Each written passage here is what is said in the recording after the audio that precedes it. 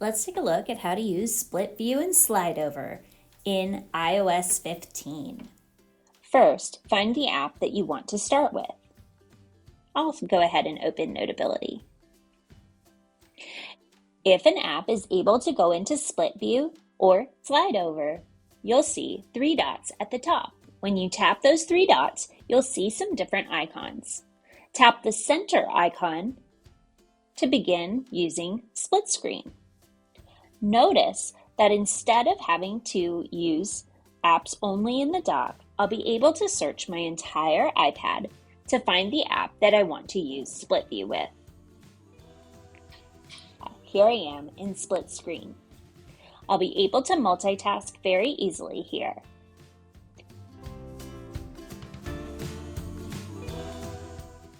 When I'm ready to go back to full screen mode, all I have to do is tap the three dots at the top of the app and then tap the full screen icon to the left.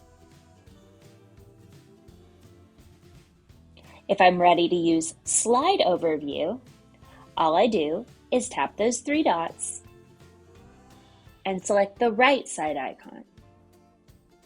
Then I'll select the other app that I'd like to use, and voila!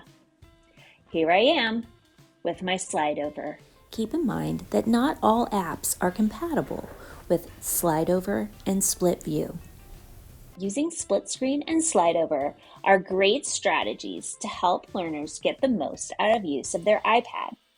Check in with the DLC for more ideas.